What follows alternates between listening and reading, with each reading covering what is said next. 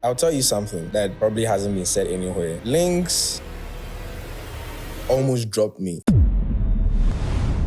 When I woke up that morning, I opened my heart, the beats. I was like, what have I done? Like, I remember something which he said to me. Do you want to keep making music for the 500 fans? Or do you want to make music for 500 million? When I was growing up, I used to hear things like, where you now? Can you 30? I'm like, hey, 30. Moms and dads want to brag to their friends that my son is a doctor, he's an engineer, he's doing this. No matter how much you believe in what you're doing, you're not singing for yourself. You're not rapping for yourself. You're singing for people to connect and feel the things you're feeling. There's a lot of people out there who are sad. Their life is not what they want it to be. They woke up this morning, they've not eaten. Now you've come to put that hey, stream and they'll come and look at this question, we're on the stream and music. It's not personal. You have a KiDi being a superstar young because of the gift. For somebody whose gift is not an A gift, what do they do? It may seem that somebody has their life together and it look like every move they are making is Charlie. A lot of people don't know what we're doing. Charlie, you had the top. Risky. You know? Risky. Very risky. Yeah. Every day when I wake up to put out fires. Yeah, I like the platform and what you're doing. Wow. This is different from all the different interviews out there. Hi guys, you're welcome to Talk, Not the Cook Rice podcast. It's a conversation where I sit down with young Ghanaians who are making a difference. Those who are not talking, but are cooking. Today's guest is one of a kind. Probably a chef by nature, because he spends most of his time in the kitchen. I'm telling you about somebody who you perhaps listen to every day. If you check your top 10 songs, 4 of his songs may be in there. This guy is a solid guy, and I admire him from a distance. Once again, if you're having such a conversation with smart, intelligent people, you know that you can have a very rewarding conversation. Dennis, welcome to Talk Not the Cook Rice, probably known as well. Yeah, the man in your show. Yeah. It's been a while since I heard somebody call me Dennis.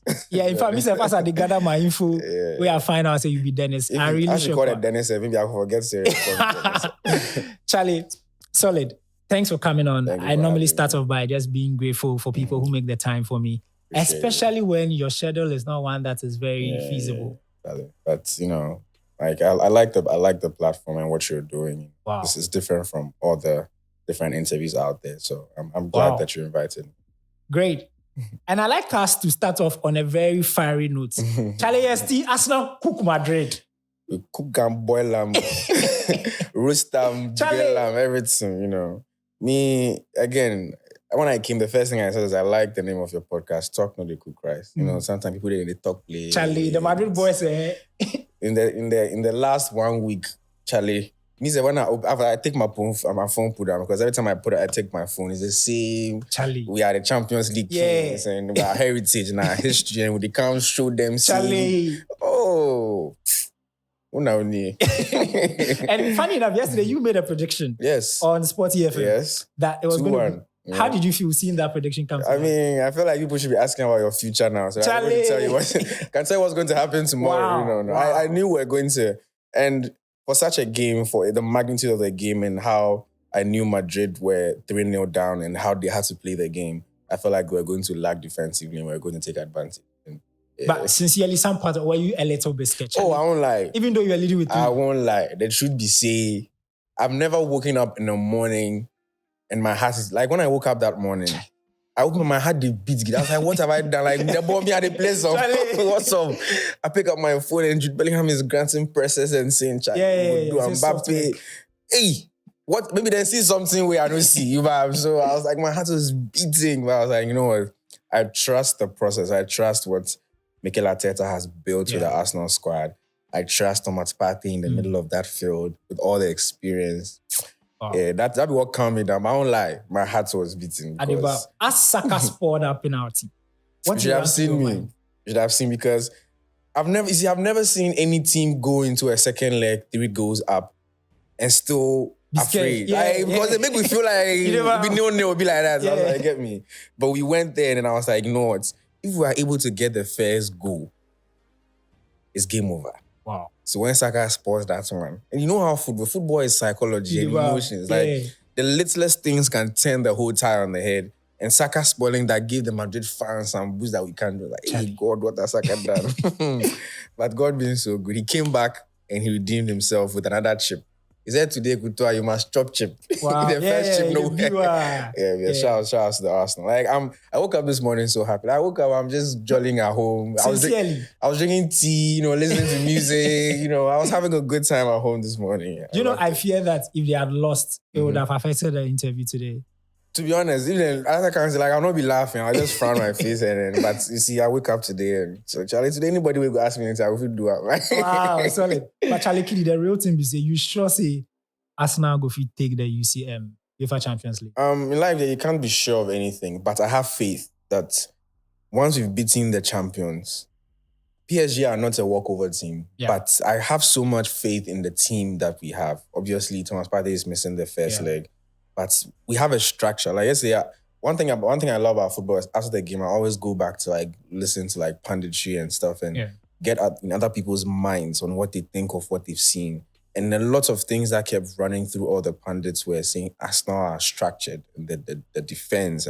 And yeah, we know attackers are able to win games, but we know also that defense win titles. And our defense is one of the best in the world. So that gives me hope going into the PSG team. The only team that I'd fear small if we end up meeting at the final, that is if we get there, is Inter Milan. Because if there's any other team that plays as good defensively as Arsenal, is Inter Milan, so yeah. Solid. I like the way you like Arsenal, Charlie. You people, you go through a lot. You have suffered enough, so it's good to see something. Oh, we've suffered. Those times I crack. When after every Arsenal, when I can't go school, then I vex because Charlie, I know the man people they wait to me laugh. Oh, Charlie. Well, in fact, what they bash about the whole team is they're against Union. They then go make the team bash. Listen, the Rava fans saying, see, we shut them all. Like, now all of them are even giving us our respects. Like, it's a good time to be an Arsenal fan, you know. So yeah. Solid.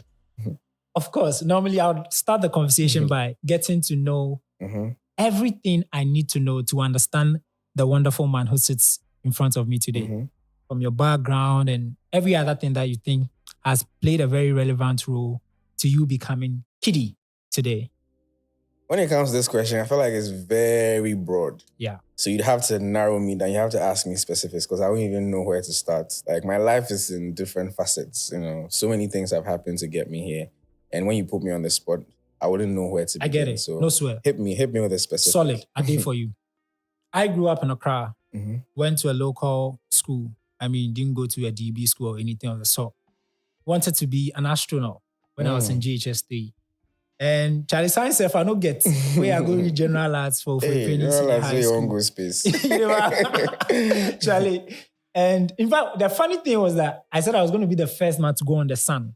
Nobody. Charlie, I don't know. Is it as KiDi? Now you tell Avengers or something. As KiDi then said, you get a wild dream. Yeah. I think one of the things that makes us feel unique is when we dream of something that nobody else. You feel like, yeah. So of course, the school I went to a Philippine senior high school. That'd be bad boy. You didn't look like a bad boy. Right? Oh, no, then I'm bad ass. You look like then you be put called prefect. No. Okay, for school, then I'll be very cool. That's a come uni. I can't sport you need the You need that's a level 100 and since I can't study form better. And eventually worked with a group called Teens Aloud. Long story short, in fact, my full-time job is a director. Is a TV director. Okay. But I started this podcast a year ago and now we're doing it on the side. And so one of the ways I am asking you the question is just giving you a rundown of how my school, career, So basically. Okay, so I started my early education in Grace Preparatory, and it's in around First Light, Kanishin, around there. Yeah, and then I went to St. Anthony's in Odoko. Wow. In those days, Chichekule. Oh, St. Anthony's at that time was St. Anthony's. Yeah. Like in those days, St. Anthony's, Chichekule, and all of those things. I left St. Anthony for a brief time to go to Great Lamte Mills. Usually I don't add that to my history, but I should because there's something I learned from those 2 years when I went to Lamte Mills. I came back to St. Anthony to finish my BEC there. I went on to Accra, boys' school, even though Charlie, my head good, but when you did boys' school, it be different ball game. Boys' school, they misbehave small, you understand? Break bounds here and there, go and there. But because it was an all-boys school, there was a rap group, ABC, for school that time, and serious rappers, Wow. And because I loved music so much, I had to find a way, to exercise my talent. So I joined that group. I used to be the guy that sang the hooks for all their songs they used to do. So I used to do that in Accra. Also, I was an athlete as well. So in Tako, when we go to Tako, Then what did they do? 400 meters. Hey, Charlie, you don't be small. No, I wasn't a joke. I wasn't a joke solid. thing. Yeah, I wasn't a joke. Like, I was so good at sports. If I wasn't doing music, I could be doing sports. Wow. Like, yeah, I was one of those. Like, then Azamati and them boys then for find some place with like. Oh, right now it makes too late. Right now it makes too late. It makes too late. But yeah, I loved sports so much. I love music as well. I was just an all-round kid because in the early stages of my life, I was trying to find, my place in the world. So I'd do everything. I could draw. Wow. I could run. I could sing. Anywhere you put me, volleyball, I could really smash. Football, I did it. Like basketball, I did it. Everything, I did it. Like everything that involved anything, you see Dwamena there because I just love to do stuff, So that was my high school days. And then I went to University of Ghana, Legon after high school, studied economics and information studies. That's what it is. Like you said, when you enter uni, when I went into uni first, level 100, when you enter uni fresh, level 100, you're like, hey, wow, I'm in uni, serious. Hey, the good lectures, Good lectures for a whole 1 month. Then after 1 month, when you feel like you've arrived, lectures, Charlie. We go read the slides later. Yeah. So that happened. They do it hall. I did Legon Hall. Oh, sharp. They did Kwafu. I was in the same room my entire stay in Legon. Oh, nice. Yeah, P block. So all those in P block shall Solid. Yeah. So that happened and I finished uni and I did my national service. Yep. And then what was that? National Service Secretariat. You make serious? Yeah. So why you do your national service? I did my national service at national service. And that was a funny story because national service, when the postings come, there's always that fear of you don't know where they go post you. What if they will post you? So, and where I finally did my service was a second posting. My first posting, then post me go Pentecost church. Hey, for inside. Headquarters. Now what did they go do? Administration? I had no idea what I was going to do. So what happened is, so when the postings came, I saw that Dwamena. I was like, Pentecost, what are they going to do for Pentecost? But what? I was like, what? At that point in my life, I just took anything that fell into my path and I ran with it. So I was like, what, let me go. I wore shirts, nice jeans, my shoes. I went into the suit. I went there. I went to the reception. I presented. I was like, please, I've been posted here. I was like, huh? They looked at me the way I was looking. Like, you posted here. Then we had I get some pump, some fade, and my hair make Charlie. I thought I'd be Charlie. And then they were like, you know what? We don't know anything about posting, but we'll send you to the head upstairs and then go in. I went there. The man saw me. Everybody just profiled me when they saw me. Wow. Like, there was this eye, like, you, who's there here? And the man told me, nah, we cannot accept somebody like you here. But KiDi, on the flip side of it, isn't that quite a sad reality? Now, yes. I mean, at that moment, it was very sad for me. But now I look back at it and laugh because, I mean, it is what it is. But it is sad that, especially the church, the church that are supposed to be so welcoming, saw me. Didn't even know anything about. Nobody had a conversation. Didn't even know what was in my mind and the kind of person I was. But they just looked at me and decided I wasn't fit to be there. I took it cool. I went back, had to fight for a reposting. Actually, the place people post me, they don't want me. So what's up? I was like, cool. I went to they reposted me and they posted me into the secretariat. That one too. When you're not meant to be somewhere. Things go frustrating fast. But even that one, I did it. I did my whole service there. But I used to come to work late. I am not proud of it. I used to come to work late, run away early. Because I had to go to the studio. Like, I had to close and try and, and I used to live in Wager. So leaving Wager every morning to come to airport, work, and then after 5, go into the studio and work and go. It was such a hard time for me. And I remember on my last day of service, you know how when people do service, they're always hoping to retain. And then the last day, they called all the service personnel, put us in the conference room. And then everybody was, anxious that what the boss was coming to. And I was sitting there and the man looked at me. I was like, you, at the back there, I know you don't want to be here already, so you can already say your bye.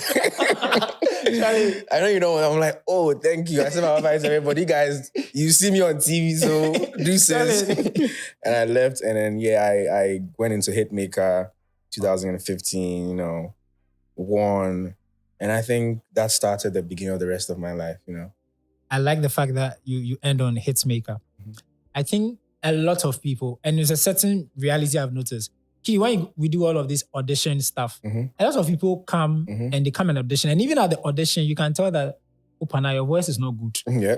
But I don't know what happened. I mean, I've seen a lot of audition from The Voice, American Idol, and some people show up. And I'm like, didn't anybody advise this person that, Charlie? Like, self-awareness. Yeah. So I think it's a certain sad reality. And so on the other side, who pushed you into Hitmaker?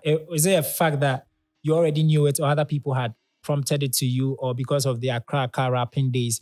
Run me through the exact details of Hitmaker. Okay, so I was an avid watcher of reality shows. Wow. Like, I don't know any singer who did not love watching X Factor and then American Idol. Like, those are bread and butter. We like to watch and be inspired by what other people are doing. But I realized something as an avid watcher that usually people that went ahead to win, nothing really came of their careers. Like, they had so much potential, they had the talent, but after they win, because of the contracts and the things they have to do, they end up being so bound to something and they never blow up. So I was very skeptical about going for reality shows because even before Hitmaker, I'd gone for Vodafone Icons. Wow.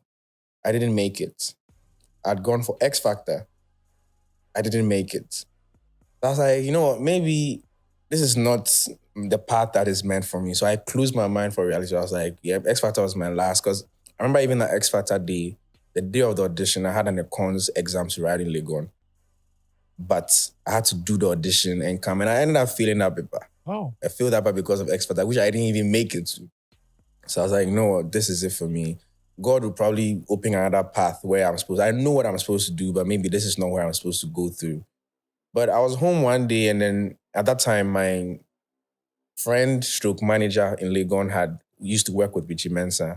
So she had heard some of my stuff and she had spoken about me, passively to Richie. And Richie was like, oh, that's your friend that sings. Tell him that they are doing Hitmaker. I should come and try. Okay. And I was like, third time, my ego is at stake here. I know I'm a good singer.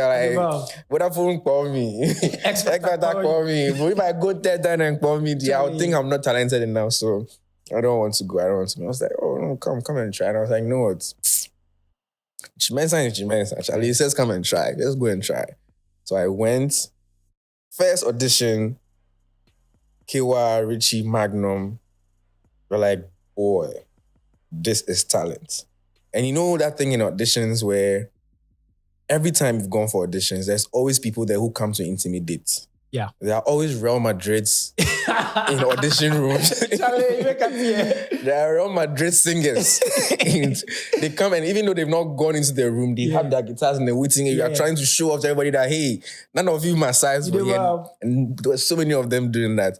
I mean, at Demakon, I didn't have any friends there, so I was just there cool, listening to everybody singing. Boys were showing up their voice. I'm like, okay. I went in there with my guitar, did my thing, qualified to the next stage, and I qualified to the final live shows. And that's where the real challenge began because up until then, I was used to being that singer that all I know how to do was stand at one place, either with a piano or a guitar and just sing. I never knew how to move about something. I didn't know how to do it. I was very clumsy. But the show pushed me to be that because there were 12 other contestants who were not there to play. There were people that had personality. There were people that had brand. There were people that had fans. There was one guy on there that Charlie. When he steps on, before he opens his mouth, the whole auditorium is, I'm like, hey, how do I beat all these people? Charlie. This is crazy. I had no fans there. Even the first audition, the first live show, every contestant had their people come in the auditorium just when they call. Contestant number one, everybody's like, hey. Contestant number two, hey. Okay, the new guy, KiDi. And then nobody's there, and then nobody's shouting for me. I was like, hey, Charlie, God. But fast forward, last day of the live show, that's the final. Half the auditorium were fans of KiDi. People that even came to support other contestants were cheering for me to win, and it was such a blessing to see. And yeah, on there. What do you think was your unique selling point that was making you a lot more different from the other 12? I think I had vocals that none of them had. At that point, that's what I had. I had that the first day I sang, every time I open my mouth to sing, everybody's like, and even at that time, now it's not a compliment. I don't like to hear it as a compliment. Yeah. But at that time, when they said, every time I open my mouth, hey, Charlie, what do you want free? How? In a voice thing, how? This voice. At that time, I used to get into my head, hey, that means I'm doing something. But now I don't want to hear that because, but I realized that was a thing I had to hammer on, my voice, because that was the one thing that I didn't have the guys that had the charisma on stage, and I didn't have all of that. I had my voice. So first week, second week, that's what I did. I stood at one place and sang. Wow. Now, third week, now they know you can sing. What's up? Third week, how do you keep yourself in the show? Because people have to vote. So what do you do differently from the last 2 weeks? I remember my third week, I chose a tempo of a song I had never sung in my life. I chose Kunti Henne's AC, and I was like, this is a song I have to move on stage to. And I remember we're all camped in one house. So sometimes 4 a.m. you hear other contestants are weak practicing. I was like, Charlie, if I want to stay long in the show, I need to get my act together. And I'll find me up in front of the mirror, trying to see how I'll move on stage so I don't look clumsy. I did it. And I did my thing, 1 week after week, I came from my A game and I got to the final and I won. Wow. Solid. I think, of course, we must give it to you. I watched some of the videos and it's not like you are saying you are a good singer, so we should just give it to you. Mm-hmm. That's the truth. Charlie, the facts are there to prove, I think I want to, where were your parents in all of this? Because the average, even for me, what I do now, my parents buy into it. Mm-hmm. Initially, they were not buying. Mm-hmm. So it started off, I wanted to be a videographer. Yako University, so you're a videographer. Just camera. Charlie. So, but it seems to be that when it starts working, they get to realize that, baby, and they start hyping you to, hey, man, I'm on TV, so and all of that. At the end of the day, I think a lot of the things, like what she said, as I grew, I'm beginning to understand a lot of these things more. Our parents were never really concerned. The main concern wasn't what exactly we were doing, but their main concern was how we're going to survive off what we're doing. A lot of the things that we're afraid of, they were afraid of for us. It wasn't based on the actual thing. Sometimes they were afraid of what other people were going to see. They didn't want it to look like their children are failures, doing something that was not prestigious. Those days, our moms and dads want to brag to their friends that my son is a doctor, he's an engineer, he's doing this, he's a photographer. Hey, all the school fees they've paid, so that was kind of where lots of the fear came from. First week, I had 4 friends from uni in the auditorium. And if you see the size of National Theatre and how the place was packed with people screaming, contestant number 1, then the whole upstairs is like, so let's welcome KiDi. And then my 4 friends are in the back. Oh, come on. And I remember the MC was like, oh, KiDi, nobody came for you. And I was like, You make serious? Like, oh, don't worry. But what happened was, first week, my family didn't know how serious it was. It would look like, so I was like, cool. Second week, now heat of the competition and conversation started picking up. There's this guy who's on Hitmaker. So you guys, watch out for him. And then my mom, it got to her. She heard it. She was like, hey, then you should have told me to come. Like, I told you to come. Yeah. So she started coming. From the second week, my mom didn't miss any show until the final. But for the first week, it was just me and my 4 uni friends. So, Solid. I mean, of course, my parents are doing better now. Every teaser, everything, my mom knows every news about me before I hear it. She knows all the shows I'm playing, where I'm going. She's on top of Wow. I like that. There's a shocking statistic I want to draw your attention to. The data shows us that about 80% of those of you here who come to consume the rice we cook here have not subscribed to the channel. I promise you, the team and I are going to work hard to bring you conversations that change the narrative. And that's why we're bringing you diverse conversations from entrepreneurs to footballers to journalists to creatives. We're going to bring you a lot more. But the caveat is that the bigger the subscription, the bigger the guests. There are some guests that we are trying to reach out. The only reason they are not minding us is because we don't have the numbers. And to help us do more by subscribing to this wherever you consume it, especially on YouTube. This is Talk, not the Cook Rice podcast. As you know it, we cook rice. Don't talk about plans. Charlie, cook. In fact, when I got to know that you wanted to be on our pod, I was super grateful. Mm-hmm. And I still am.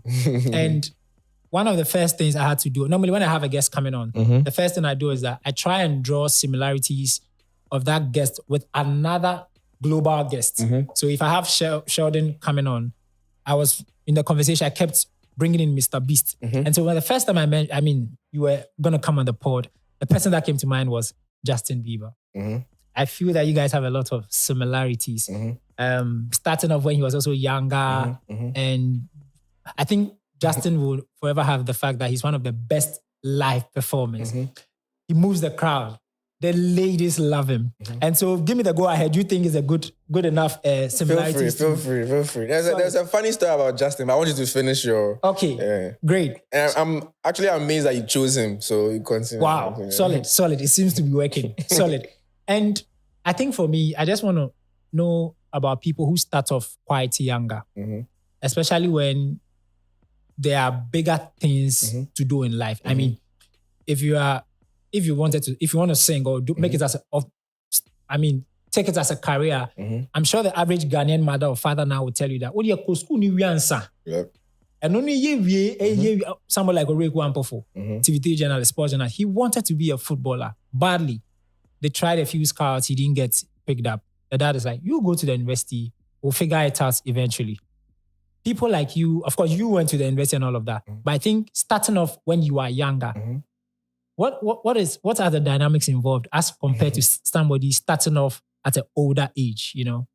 I feel like this is not to blame our parents. I feel like when it comes to some of these things, obviously now it's different because things have changed and there's more information and people know more now. But in the past, our parents didn't have the concept of time when it came to sports or music and some of these things.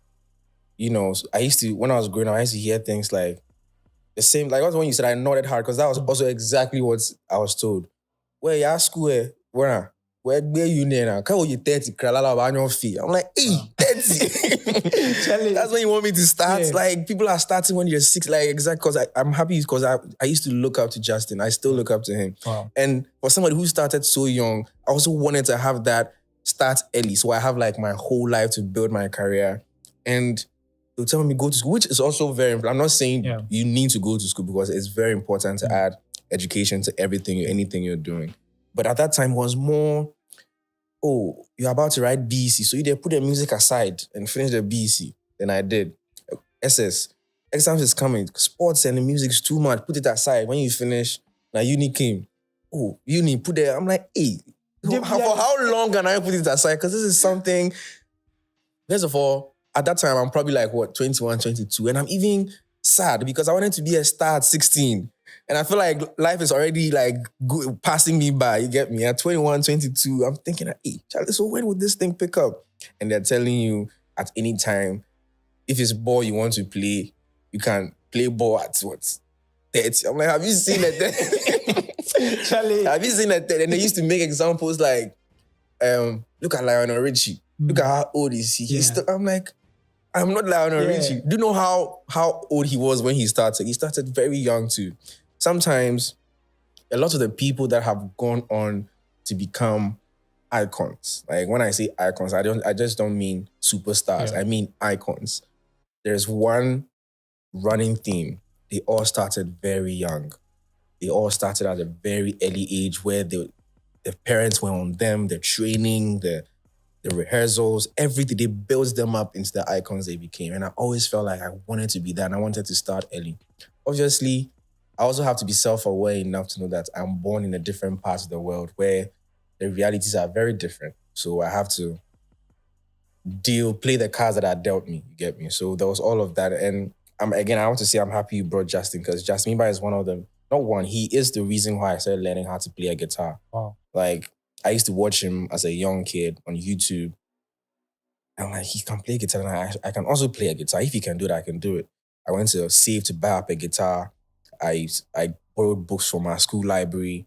I go on YouTube. I taught myself how to play every instrument. Wow. Like, I will go in and I'll just, when I'm even giving up, because learning guitar is very hard. Like the strings, sometimes my fingers are bleeding and I'm tired. I'll go and watch him again. I'm like, hey, he's doing all of this. I want to be able to do it. And then because my mom knew I loved Justin Bieber, my mom also loved Justin Bieber. Wow. And there was a point when Justin Bieber started growing He started getting tattoos. My mom would be in the hall watching him on TV. And my mom would say, "Oh, Justin, if it oh, Justin, you are spoiling yourself with all this tattoo. I hope you're not going to be doing all of this." Charlie, I don't know. And then I was just look at her and say, "I wanted to get tattoo yesterday. I hope you're not going to do what Justin is doing." And I'm like, "Oh, man, I'll never do that. I'll never do that." Man, today look at me. Charlie. It's crazy because this is one person that we used to talk about a lot in our home. Wow. Chris Brown, Justin Bieber, Usher. Those were people that my mom loved too. So we used to like watch them a lot. So yeah. Solid. I'm happy.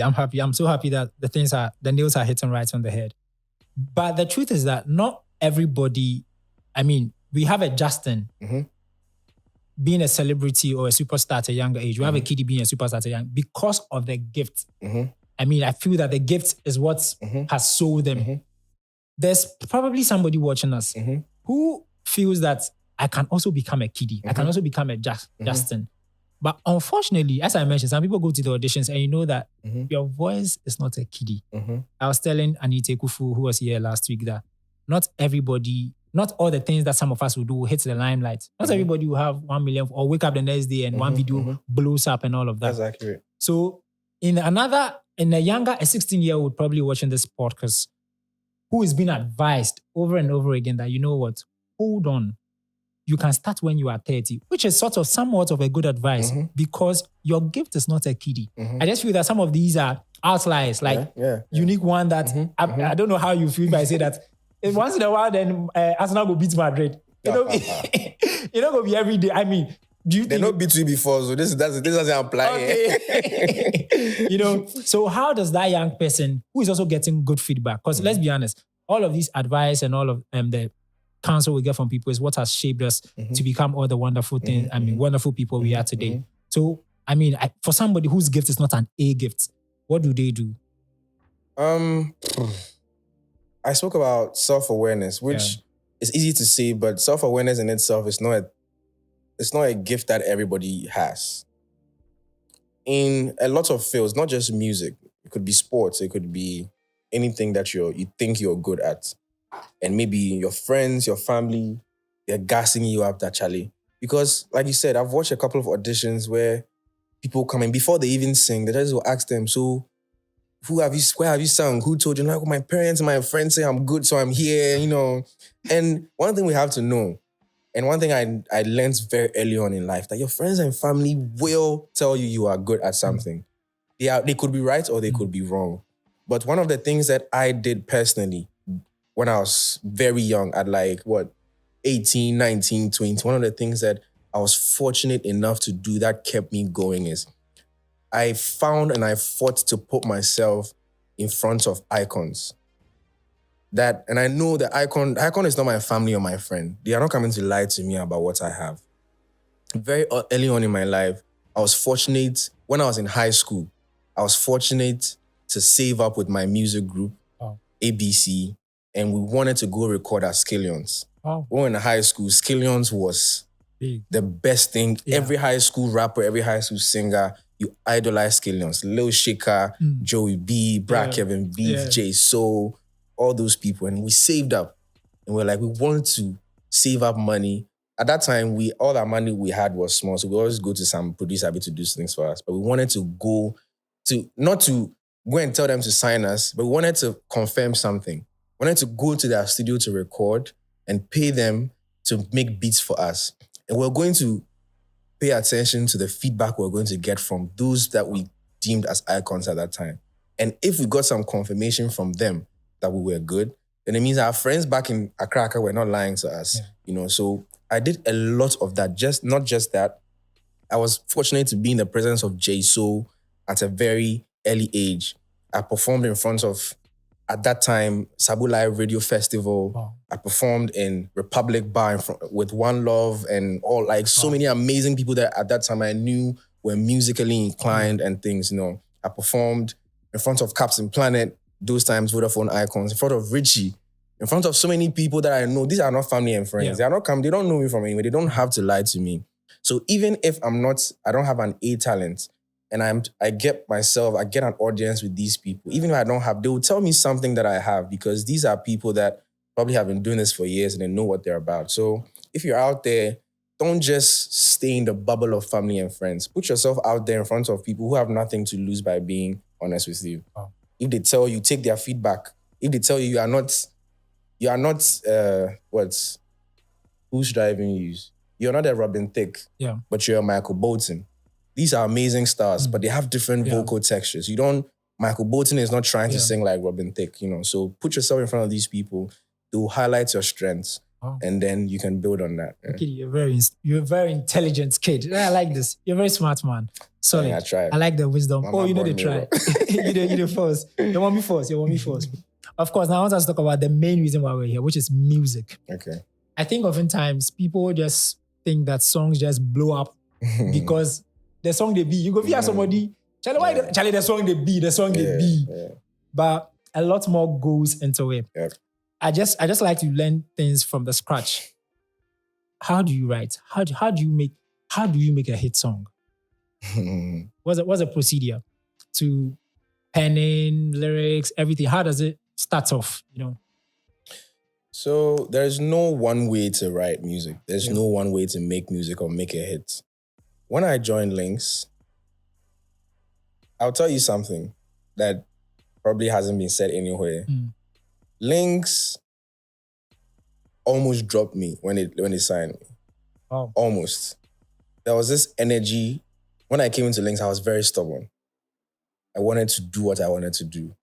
Like imagine in 2015 where I got signed. But before then, 2009, from high school through to uni to after uni, I've performed in a lot of underground places, and I've gotten a lot of feedback about how much of an amazing R&B singer I am. And then I go and sign to Lynx, and then it looks like Lynx wants to make me sing something different. And I was like, no.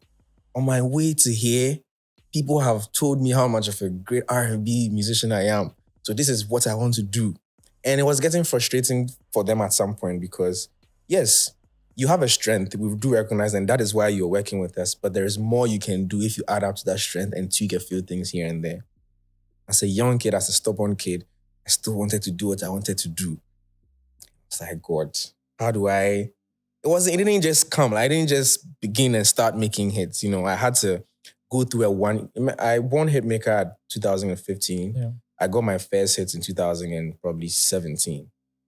There was a 1 year where it was looking like I was going to be another statistic of another guy who has just won a competition and nothing is about to happen because I had to do a lot of rewiring of my brain. I had to let go of a lot of things I thought I knew and accept new information and new, learning. I learned how to produce then. Richie Mensah taught me how to produce. And I used to run away from work before 5 p.m. national service. And I'll spend hours in the studio trying to come up. I didn't know what I was trying to come up with. I just knew I was trying to come up with something. I was just being in front of the PC trying to produce, trying to learn what I've been, taught, trying to rehearse, trying to practice. And I'll make a lot of trash. I used to make a lot of trash. I'll make some song and I think, hey, I've made some song and I'm excited to play it for somebody. And I'll play it and then they are still on their phone. I'm not even listening to what I'm playing. I'm like, Charlie. I'll go back home. I'll come back the next day, try again. If it doesn't work, I'll go back home, come again, try again. Till I produced and wrote Say You Love Me. And then Albert came into the studio, heard the song. Then he looked at me and he said, finally, this is the one.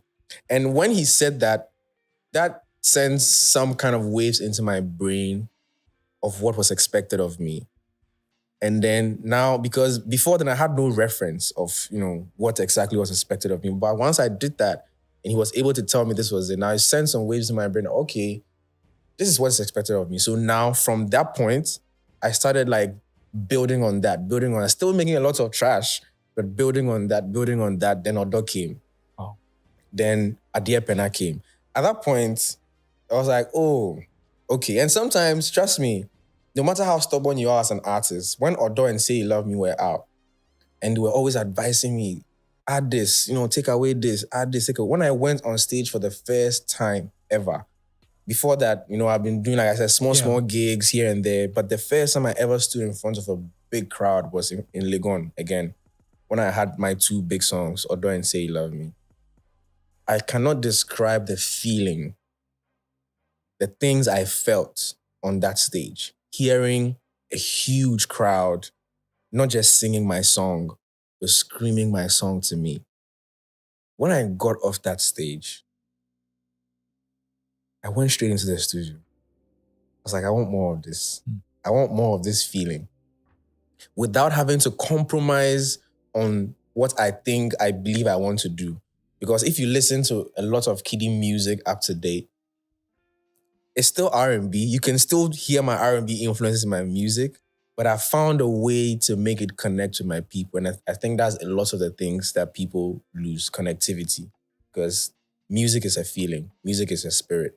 Music is connectivity. No matter what you're doing, no matter how much you believe in what you're doing, you're not singing for yourself. You're not rapping for yourself. You're singing for people to connect and feel the things you're feeling. So there should be connectivity in your music. And that was what I was missing. And immediately I got that, boom. Wow. I like that.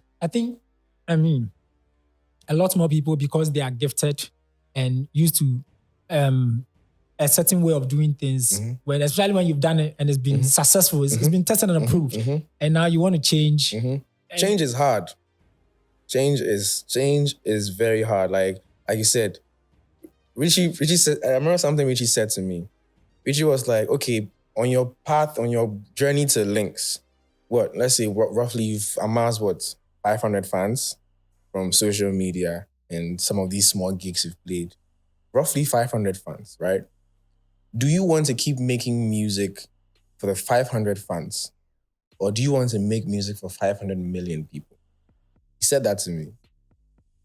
And I was like, okay. And mind you, Richie has always been my icon. Like when I was in high school, I idolized Richie. So at this point, I'm not just listening to my label boss, but I'm listening to somebody that I've looked up to. So he was like, do you want to keep making music for the 500 people on Twitter who are telling you that, Charlie, this guy, he's not from here? Or you want to make your music connect with a whole lot of people? And yes, initially when I started making the different kind of music, the 500 fans were upset. And I'll go back to you see my fans are upset. I say, which fans? The 500 people, you think they are your fans, you think they will stick and stay with you. Oh. It's good to have them, they've built you. Find a way to connect with them and bring them on the journey with you along to where you're going. You don't want to stay at 500 fans, you want to keep growing. So that thing he said to me puts a lot of things in perspective. And, yeah. Wow, I like that. And I want to explore this bit about, there's the gifts and the gift maker or the gift shaper. One of I work in a news company. So there's a certain issue we've solved and are still solving, which is the issue of you bring in a new person. He's not a superstar. He's nobody. You teach him the ethics of the job. You put him on TV. And now he starts to have a following. People love him. To the point where people love you, the gifts, than even the gift shaper, And people don't care about the gift shapers. Yeah. And sometimes it reaches a point where, you're a human being. You go to places that you don't join queues anymore. People are doing you favors because you are on TV. Got status. You've got status. One of the hurdles has been that it's not that, I don't think it's pride, but it reaches a certain point where you also start to have a voice. And so you don't necessarily want to be manhandled or boxed around. The fact that you put me on TV does not necessarily mean you should coerce me in a certain way. And I see a lot of people, that's why you see somebody blossom so much, then they leave whoever, groom them or whoever, where you come from, we've had a lot of, people like that. I want to know what makes you decide that, okay, I am the gifts. People know me. People like me. My voice may reach a lot more farther than the gift shaper. How do you decide to be grounded in spite of all of this goodies and still stay with the gift shaper? I think that has a lot to do with, I can only speak for myself. I don't know about other people. That has a lot to do with who I am as a person too. And again, this conversation is not a conversation of right and wrong because what you just described is totally human. Yeah. is very, very human. Like the same Bukayo Saka we knew when he was playing left back. It's not the same Bukayo Saka we know now. Life happens, you grow. And you have to know that for a lot of people who are destined for greatness, they have personal goals. They have personal vision. No matter how a gift shaper has come and shaped the gift shaper is shaping them based on the info and the experience they have. But the gift always has their own vision of what they want to do with their life. And you always have to know that you are not going to, no matter what happens, you're not going to stay with the gift shaper forever. The gift shaper is a vessel who has been brought into your life at some point in time to shape you to go to the lens that you're supposed to go to. So it has a lot to do with like the person. Me, I feel like I am naturally a grounded person because of my family, my upbringing, my orientation, the kind of people around me, my friends. It's not even just about gifts and gift shape. Like generally, I'm a very grounded person because Charlie, life is, life is life. I'm not better than you because I think I'm performing to 10,000 people and you're performing to 10 people. No. I'm just doing something that you haven't done yet. So that doesn't make me better than you. So I feel like we should all have some grace and, kindness towards each other. It doesn't change because I feel like, and don't also get me wrong, there's a lot of fights and arguments that go on in the back between the gifts and the gift shapers. Because like you said, as a gift, when you start growing, you begin to have a voice. You begin to want things how you want it because you see things how you want to see things. There's a lot of disagreements. Don't think that everything is perfect. There's disagreements in the background of where you want to go and what you want to do and all of that. But at the end of the day, when you recognize that you and your gift shaper are on the same team, and it means even when you don't agree, you still have a common goal of something you want to achieve at that point in your life, I think it puts everything in perspective. No matter how much we fight, no matter how much we disagree, we still have a common goal of something we're trying to do. So. Wow. That's amazing. I sincerely, I think you're a very deep guy and you're very eloquent. I try. Of course, we'll talk about your new album. I love the name. Where do we go from here? Yeah. I love Coming it. soon. Yeah, I can't wait for us to explore into it. I think it's when it comes out, I definitely have to come back so that we delve a day inside, a day cool, Yeah. I don't want to get ahead of myself because I want us to do that specially. I like the title, Where Do We Go From Here? It's more like after the music stuff, like Charlie, what's next? What's now? Yeah. But flipping it back to Justin, of course, now your life is not your life. It's not. It's gone ahead of more than Ghanaians. Yeah. You have new audience. I mean, we are a podcast. We're now building a community. Mm-hmm. And shockingly, we have people from other countries consuming us. How much more you that, you're creating a sound that is taking over the world. Part of it has got to deal with the fact that people will critique you. Yeah. You're creating in eyeballs. One of the people that I really respect are footballers. Like, I don't know how you keep your composure. I had this conversation with somebody, I think a month ago, that, see, musicians, we complain, people, hey, footballers. You see, as a musician, right, if I don't release a song for maybe 2 months and I'm not doing anything in the media, I can hide in my abode and hide. For footballers, every weekend, you are playing Premier League weekend, you are playing Champions League midweek. People insult you twice a week. Bro. Calendar day.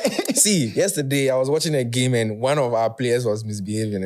And I remember going on Twitter and then trying to read what people are saying about him. And after 3 tweets, I put it on. I was like, I don't want to be in his shoes. Like, how they are mentality monsters, because to be able to shut all of that down, even forget the internet, the stadium alone, 60,000 people. Kataso.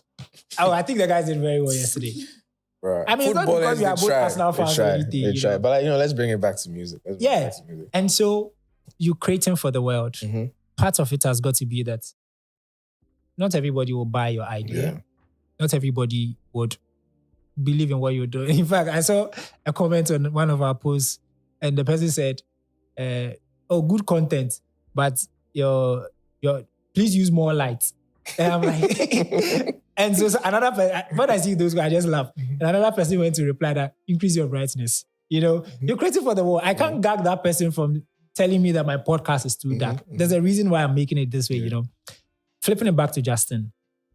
Justin, as I feel, I could be wrong, that you've also been in the that same, you know, darkness bit where things happen, the world comes at you, and I don't know, we know they can't do food or whatever for you, but how is that phase of your life where a fake news is running on social media and funny enough, fake news really travels, you know, and it's the internet. One person just needs to take it and talk with boldness as if it's true, and everybody buys into it. The family, and you know, because you know Justin, it gets him to be a different man who's back and all of that. You know, how'd you do with that? It's I don't lie. It's hard. It's hard because let me put this in perspective. For people that work in the corporate world, if you work in an office, let's say, well, your company, if your company is huge, a big company, you have a staff of, let's say, maybe 200. Maybe your department, narrow it down, you have people of maybe 10, 20, and most 30 in your department. Look at how it feels when you don't get something right. And then maybe in a meeting, Monday morning meeting, a round table of 15 people, your boss just castigates you for a bit. Look at how you feel like, in front of 15 people, how are you talking to me like this? Like, I'm somebody's mother, or I'm somebody's dad, or I'm somebody's... Look at how the feeling of when you've not been able to execute a task and your boss is upset and wants results and wants to do this. Now, put that in front of 1 million people. I'm saying 1 million because I'm just capping, it's more, but like put it in front of like 1 million people where you've made a song, you know, you've put it out there and then, or you made an album, you put it out, an album you spent 2 years working on, you put it out there, and then after the first 5 hours of the album being out, trash. This album we weed son, I look at it trash, you go, Charlie. People there, they try to cry. And if I'm speaking of this is actually the simplest of, you know. But sometimes there are people that can go below the belt, and then they go below the belt and they have an army of people that want to go way below the belt and just stick there and then put you on blast in front of the whole world. And it's a tough place to be in when you have to do things not for just yourself. Every move you make, you know that people are going to talk about it. So you're always trying to get things right. In an interview, you're trying to choose your words well, because you can even mean well. You can have the best intentions and then people will still twist your words and it's going to be the norm. And you can get cancelled or you can offend. And then we're literally always walking in landmines and on eggshells because what we're doing is in the eyes of me. We're making all our mistakes in the eyes of the public. People should not forget that at the end of the day, no matter how we feel like we are superstars or we're artists, we're human. So everything you feel in your home, when your mom speaks, we feel that too. We also are humans. Whenever we go on stage, we want to entertain, want to please. We feel every single emotion you feel. But I think people forget that a lot. It's easy to forget it. It's very, very easy. Even me, when I'm watching football, I can say something, then I remember myself like, hey, Charlie, he's human. Let me... I see that thing is that somebody said more lights. I watched a comment from somebody yesterday about Martinelli's goal. He has scored a goal, but somebody still came to the comment that he should have gone around the keeper. He has scored a goal. You know, you can never... And once I began to really, really understand and grasp the concept of this, life became slightly easier knowing that I will never be able to please everybody. I will never be able to make everybody happy. Even if I go out of my way and say, you, come, I'm giving you $1 million. Somebody will ask me, why didn't you do it $2 million?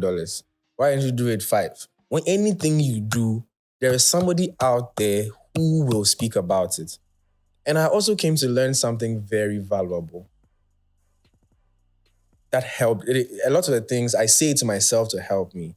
But I told myself, and I actually began to realize a lot, that people out there are sad. There's a lot of people out there who are sad. When I say they are sad, their life is not what they want it to be. They hate themselves. And for that matter, for that reason, they will project everything, every negative emotion they have onto everything you do. There are people out there that will come onto social media and come and say something to you. It's not personal. I take a lot of things. Like it's not. They don't know me. It's not personal, but they are projecting some. They woke up this morning. They've not eaten. Now you've come to put that hey stream. I mean, they'll come and look at this question. We're on the stream of music. It's not personal. He's angry inside about something that is happening in his personal life, and he's just projecting it onto me. When you have this mindset, you don't take a lot of things. Obviously, there's things that will penetrate and still get to you, but lots of things are just not personal. There are people that are just projecting their own sadness about their life onto you, and it's fine. My name is Derek Elom Ashilevi, and I just started this podcast journey about 6 months ago. By God's grace, we launched it, and from the first episode to now, we seem to be doing well. We are doing well. I mean, I just want to be humble, you see. It's the conversation where I sit down and talk to young people who are doing impressive, especially in a place like Ghana. And we've been cooking some rice for some time now, but we need help. It takes a lot to get you an episode. I'm sure a lot of you believe that our platform is doing some good to you. And so we're calling sponsors. If you want to sponsor Talk No The Cook Rice podcast, we are very open to it. Any form of sponsorship at all. You can give us sneakers. We give you a shout out. Of course, I wear your sneaker. I can't do on TV top video, but free adverts. If you want squeeze back is the L thing where this video will squeeze and you see your adverts playing as it's doing now. Even if it's phone case you think you can use to support the show in any way you can, let's cook this rice together. There are some brands I personally want to be on the show. A brand like MTN. MTN, you are asking, what are people doing today? Hey, my show really aligns with what you're doing because I'm asking people to stop talking and to cook. Hence the name, Talk No The Cook Rice. MTN, you can hop on. We're going to be very grateful. If you're a brand that you are into food, we're open to it. Drinks, children, whatever. Charlie, we need help. And we want you to come on this show so we both shoot up and fly together. And so if you'd love to sponsor or be a part of the Talk No The Cook Rice journey for what we're doing, the numbers are on the screen. You see for yourself. You can email the account you see or just DM. Charlie, no sweat. Just DM. Text me. That's my number. We'll have a conversation about what we can do to make the show better, the experience, a more exciting one for our viewers. I'm so excited that you want to go on this journey with me. This is Talk No The Cook Rice podcast. As you know it, yeah, we cook rice. Don't talk about plans. Charlie, cook. Oh, I like that. I think I really agree with what you're saying. And even for me, even before I even started this, there's a season in my life where I'm not completely gone. My final paper, I submitted it. The lecturer said he never got it. Yeah, so long story short, I thought rewrite 1 year plus. Wow. And it was happening at the time where my brother was finishing first class in UCC. And you're a joke. You are in Legon and you are joking and I wasn't going to graduate. And it was a very hard time. And so it was very difficult. I had to go away from social media for like 1 year. I know they like talk to anybody. I went in a shell, in fact, it would take a lot. I had to even go and live with my pastor because, Charlie, I needed a lot of help. I know they brush my hair. I know they both, like plenty of things, And so I think I like, the first time I heard that not everybody would really love, what you do. And I'm just imagining me in that phase. If another person is instigating something, I'll come at them by the standards of my life. That's why we say, well, hurts people. Yep. And When you have love in your heart, it shows in everything you do. And the same way people have love in their heart, there are people that just are walking this earth with hate in their hearts.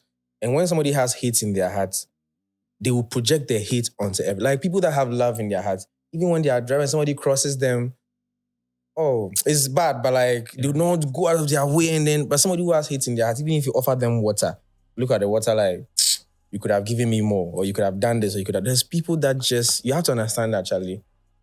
As we're walking this earth, and you will be na seven, na dream would do. As I said, there's a lot of social media that's not scanned or bet the kind of people that are allowed onto platforms. You are literally sharing your timeline with every kind of person, with good people, with bad people, with witches and wizards, with every kind of person. You can having a good day, and then you go and just let somebody affect your energy, and then it just derails your entire day. Like there's something I told myself a couple of days when I woke up. I have a lot of monologues when I'm home, like in front of my mirror, I talk to myself. And then the message I was talking to myself is, listen, I've come to realize that everybody in this room is a main character of their own life and their story they are telling. when you woke up in the morning, your story is that you're coming here, you're coming to do your thing. When you finish, whatever plans you have, that's your story. I have my personal story and I'm the main character in everybody's the main character in your story.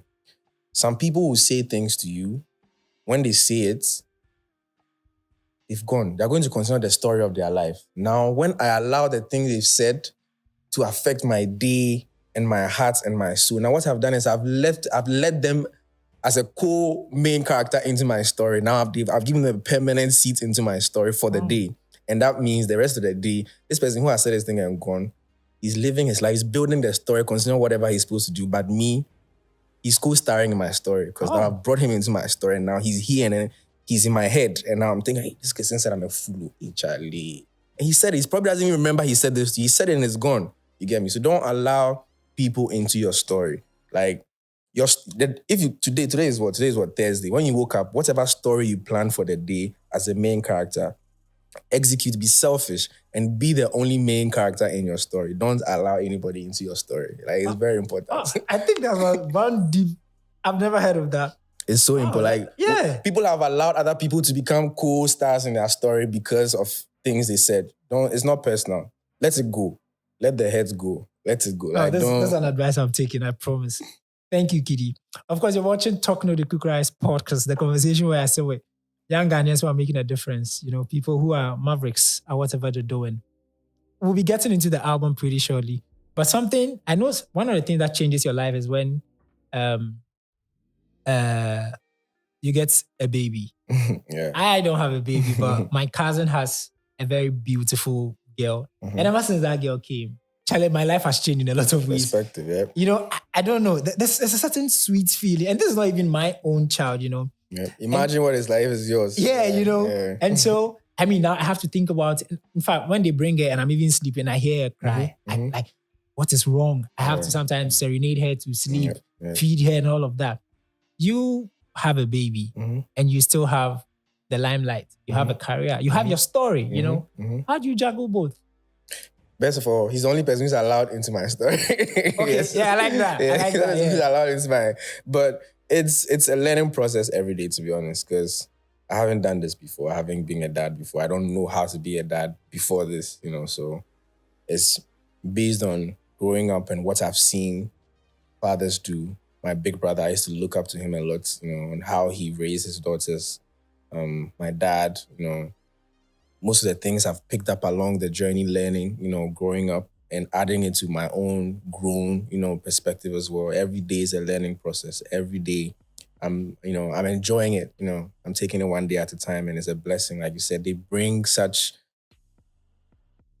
simply put, they're a blessing. Like they just bring that peace into your life. And, whenever you're having such a bad day, you just look at them and then you're just smiling and everything looks rosy again, So, yeah. I love that. I like the fact that you mentioned that. You've not done it before. What it also means is that you may make some mistakes. Yeah, of course.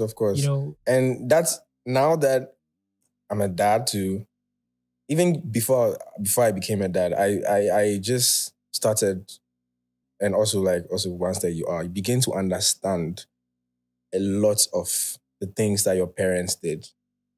You begin to, yes, they might have been what they were, but now you begin to understand why certain things were done, why certain things were said.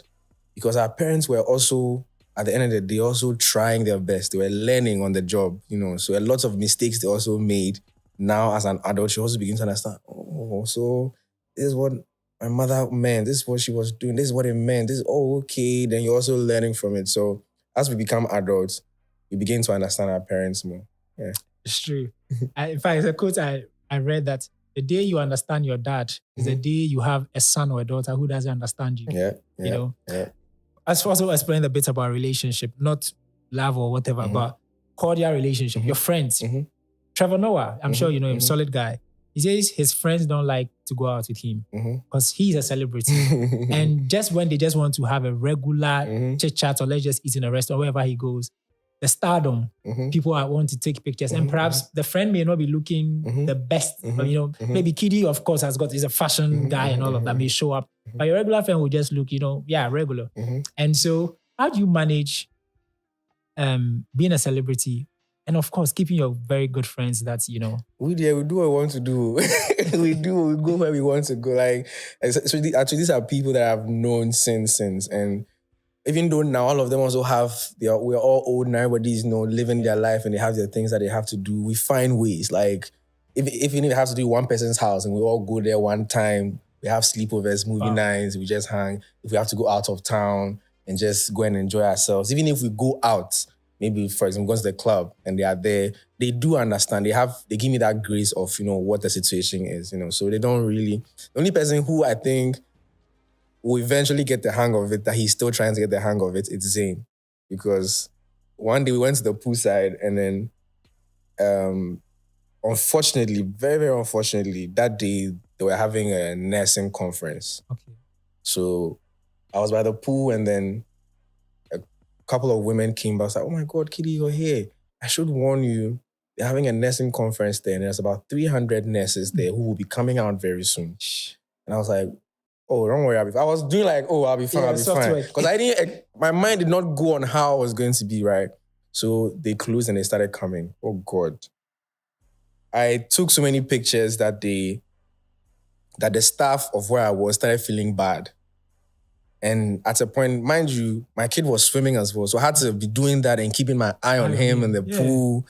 And at a point when I sit down, and they'll come and pull me, and sit down, they'll come and pull me. And then after all was said and I did everything, he came to sit beside me.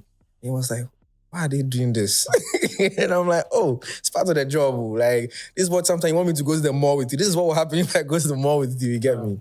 So he's trying to get a hang of it, but eventually, you will, yeah. Solid. Now to the meat. Where do we go from here?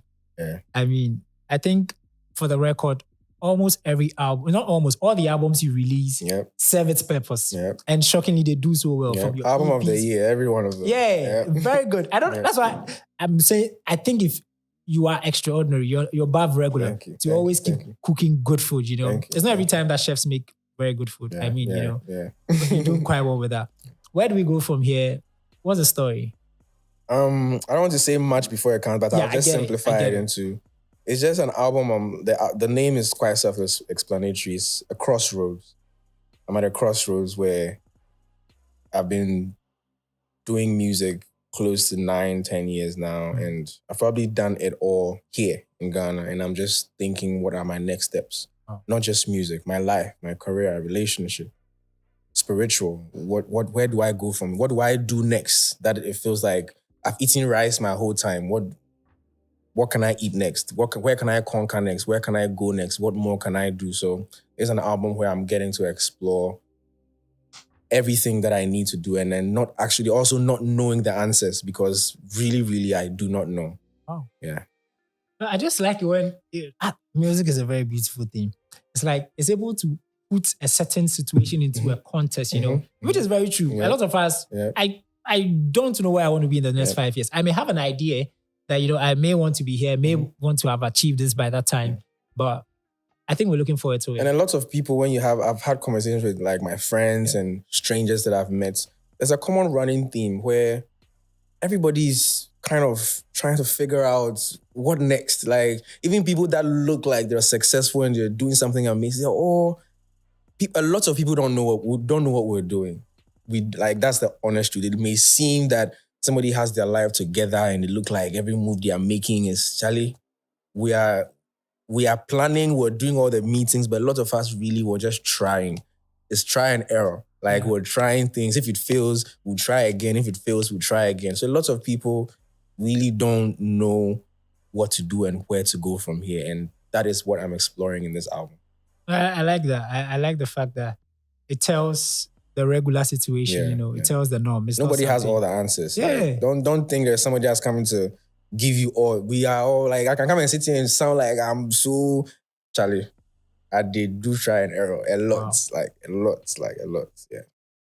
I like that. I think I'm looking forward to it. Of course, you have a new release. which has been doing so well. Yesterday when I checked, of course, that's for YouTube. Yeah. I mean, it's doing quite well. Yeah, featuring Jackie as well. Yeah, you and Jackie, and I think I love it. Thank you. Well, what's the vibe for that one too?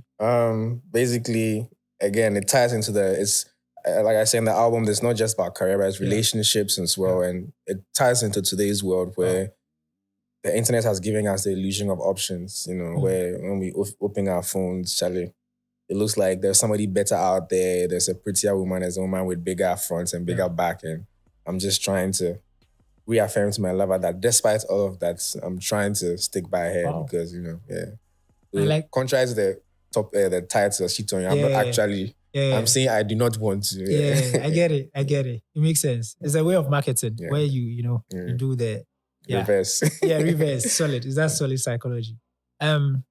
Will Smith mentioned something in a podcast, and because I'm also meeting a solid guy in Ghana, I just want to ask. I was talking about the fact that the statistics is that a lot more people fail not when they are in the valleys of life, but when they are climbing the ladder of success, which is very ironic. We thought the poor people should rather be failing or struggling. But shockingly, there's a lot of data to prove that a lot more people glitch and fall or crumble everything they've done when they are at the top.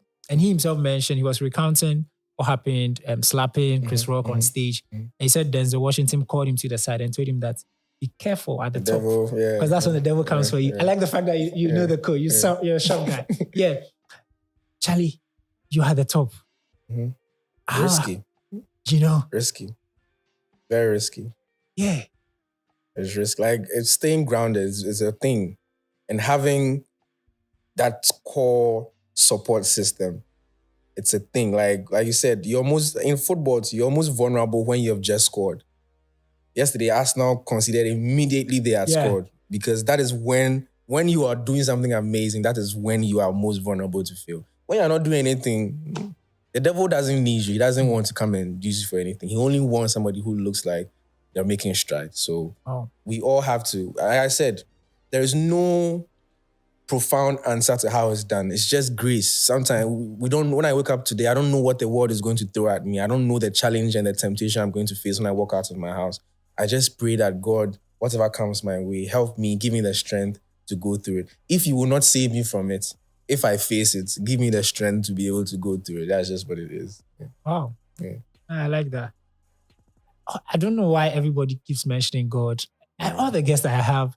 And everybody believes in what they believe in. Like, as human, it's in our nature to want to look up to something and want to believe in something.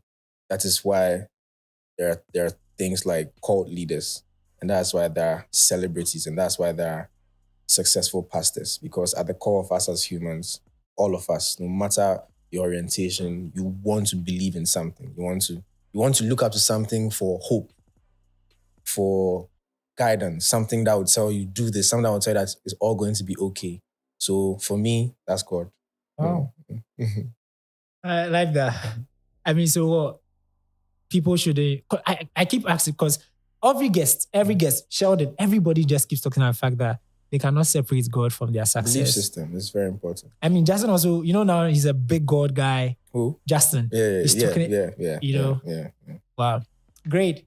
I like the conversation we've had. Now I want to play. I want us to do some light, no questions. We've done a lot of too serious stuff. But before that, as you mentioned, being at the top is quite risky.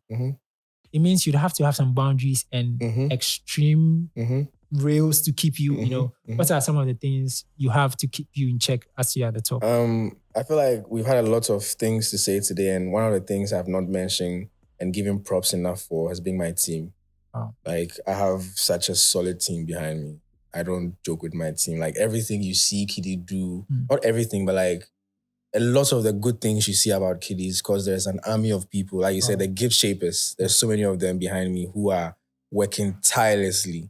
It's not everything that I see. It's not everything that I'm aware of, but these people are always making sure that I'm on point, even when I'm misbehaving, which as artists and creatives, sometimes you glitch small. We glitch, but they always, they give me the grace, and the space to grow and learn. So I really, really appreciate them. Solid. I like that. So what advice would you give to somebody who is building on a solo journey, who doesn't believe in it? I was going to say it's not possible, but I don't like the word it's not possible, because I believe everything is possible. But if you want to go further, you need to build a solid team of people you can trust, because as an artist, you cannot do it all. Wow. I don't want to have to go into the studio and make the music and me go and chase music director, me go and chase interviews, me go and chase, it'll drain you creatively, you get me? If you want to get to the toppest top, you need to be able to just stay in your creative space and let people who are great at different things. If I had my own way, I have a team of God knows how long, like one person for this, one person for that, one person, because it's not, like you said, the music we make, it may look like, oh yeah, as for this guy, he's always making hits. Oh, when he comes now, boom, hit. Charlie, there's a lot of work. There's a lot of work. The same day at the pool when I was with Zane, there was a family that came later on, a mom, a dad, and 2 kids. And then the dad was in the pool, and the mom was sitting right next to me. After she had just witnessed all the pictures I'd taken, she tapped me and she was like, how do you do this? Like, aren't you tired? Like, and then after she kept quiet for so long, she came again, but you know what? I'll kill to spend a day in your shoes, you know? And I'm like, trust me, you do not want to spend a day in my shoes. And I was like, why? It looks nice. People are jumping on stage. I'm like, that's what it looks like. It's not just about jumping on stage. The work that goes into staying at the top. The sleepless nights, the hours and hours of recording, the hours and hours on set shooting videos, the hours and hours in meetings, planning, staying consistent, making sure, keeping your mentals in check. Like, forget everything, keeping your mentals in check, because like we said earlier, there are people coming at you from every angle with every move you make. You're trying to make sure as you are working, there's something, there's not something at your back that somebody, like, it's at every point. I keep telling, sometimes when I speak to women and they ask me, so how are you able to like balance all of that and dating and stuff? I'm like, it's hard because at every day when I wake up to put out fires. Oh. It could be a different kind of fire, but I always wake up to put out fires just to maintain, just to keep going, just to keep growing, there's no day off. Holiday, Easter, when everybody is home, that's when I'm even working more. Christmas, when everybody's spending with their family. I don't remember the last time I spent Christmas Day with my family. Oh. I don't remember the last time I spent my birthday for myself. Wow. Yeah. So it's Why isn't that too expensive? It is, but it's what I have to. I have to work harder to make sure my family and that my loved ones are comfortable. So obviously you have to find the balance, which is also very important. Yeah. But I'm just wholly saying that it's not easy, and that form. I get it. Like, yeah. Unless maybe you're not serious about your craft, but if you're trying to be something, do something great, it takes a lot of sacrifice. Wow. Mm. Do you have stricter boundaries with girls? It's called sugar daddy. I have strict boundaries. They say I'm too strict sometimes, but I have to be because, yeah. Yeah. Watching Uncle, social media. I have quite strict boundaries. Great. Yeah. Charlie, let's do some light note questions. Okay. When I ask you, it has to be quick, very fast. You got it. Okay. Let me take out the ask now question because Charlie, we already started off last time. What's the most ridiculous rumor you've heard about yourself? Obviously that I have a stroke. Right? Yeah. Forgive them. Yeah. But you forgive them. Solid. Yeah. Or not even for them, but for me. Yeah. Makes sense. To move on from that, yeah. Sharp. Craziest fun experience you've, encountered? There's a lot of them. One of them that actually there's one that has come to mind. I think I don't know if it was Cape Coast somewhere to perform. And then right when I went off stage, security was escorting me to the car. And you know how when it is, like it's just a struggle. And then somebody just took my glasses off my face. Oh. And I have two to say after. I'll say another one. Somebody took my glasses off my face, and I was like, "Oh, that was my favorite glasses." So I was like, "Security, get that for me." The security went, grabbed it, went on internet, and the headline was, "KiDi orders his security to beat up a fan." And like, hey, Jesus, did I do that? Second one that actually was crazier. I was in Sierra Leone, about to go on stage, and trust me, this is the rowdiest crowd I've ever encountered in my entire artist life. It was a stadium show. Packed stadium with, when we say stadium, you know how it is in a stadium. Got out of the car. I remember I had a Louis V scarf to cover my head. Yeah. Me, I got out of the car, 3 seconds, somebody snapped a Louis V scarf from my head. But I was like, you know what? It's a scarf. Let's just go. Let me find my way to the stage. That's more important. And now they were like, KiDi, hold your phone. So I put my hand in my phone, in my pocket just to hold my phone, just to get to there. So I was at the bottom of the stage. I was about to go on stage, and then they called me. Let's go on stage. KiDi. So that 1 second, 2 seconds, I took my hand off to climb the stage. Baba me. They took my phone. Ooh. And imagine you're about to go on stage, and then right before you step on stage, they've snatched your phone. Now there's mic in your hand, there's crowd cheering you. Your emotions are all over the place because the phone is just gone. You have to focus and sing. I was like, God, they stole my phone. I had to still go and do my thing, and that experience was crazy. You're not able to retrieve it? I got my phone back. Solid. The next day. The next day? How did they get it for you? I have no answers. All I know is they found a way to bring my phone back to me. Oh, nice. At least. Yeah. But by that moment, that emotion, that's the thing. A lot of times you see us on stage having the best of times. You don't know what have just happened before I came on stage here, but it happens. We have to show up and always show up. Wow. Nobody needs to know what we are fighting in the background. So yeah. Charlie, you guys do well. Of course, if you say if music were off the table, you'd probably be doing sports. Either sports, or I feel like I'll probably be working for an advertising agency or something. Wow. Yeah, oh, really? Yeah. You like commercial stuff? I like bringing ideas to life. Like my mind is just full of ideas. I always love putting ideas on the table. When we're having our meetings, I like throwing ideas. Sometimes they could be foolish, but I just like throwing ideas. Like I have so many ideas that I love bringing to life, with cinema and videography and all of that. It makes sense. I mean, you must give it to you. Your videos are very quality. Yeah. Solid job done. Funny enough, I've heard two artists say this, that their most favorite song is not often the popular one. Yeah. What's one song that you really have that is not, Next Time I See You from the Blue EP. I love that song so much. Wow. I love that song so much.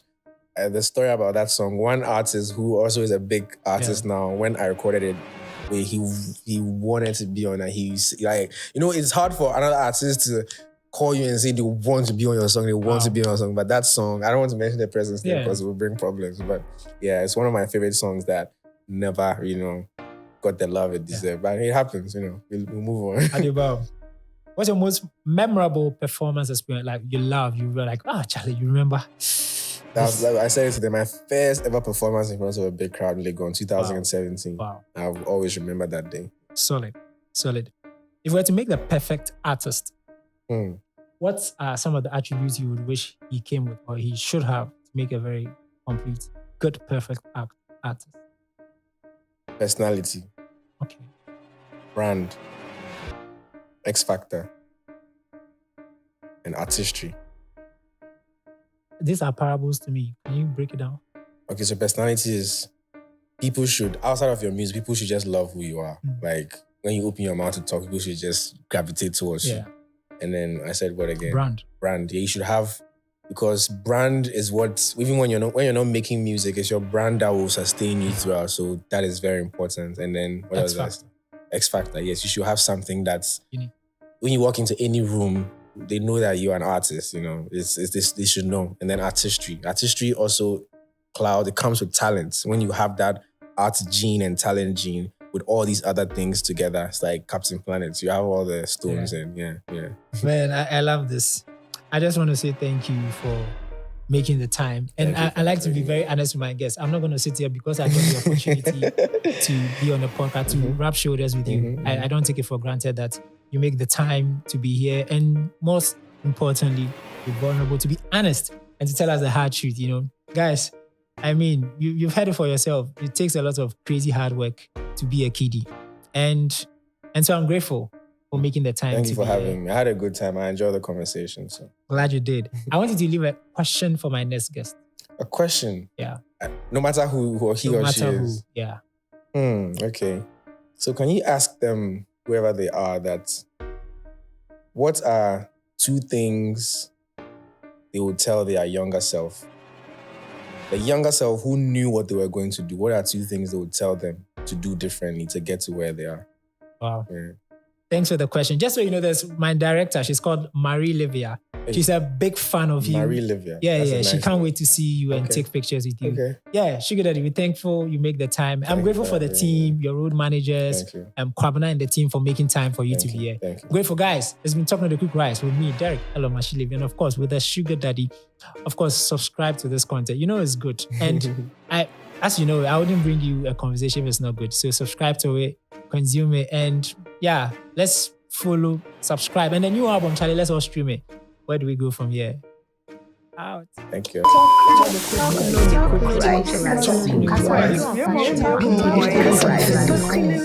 Talk no dey cook rice.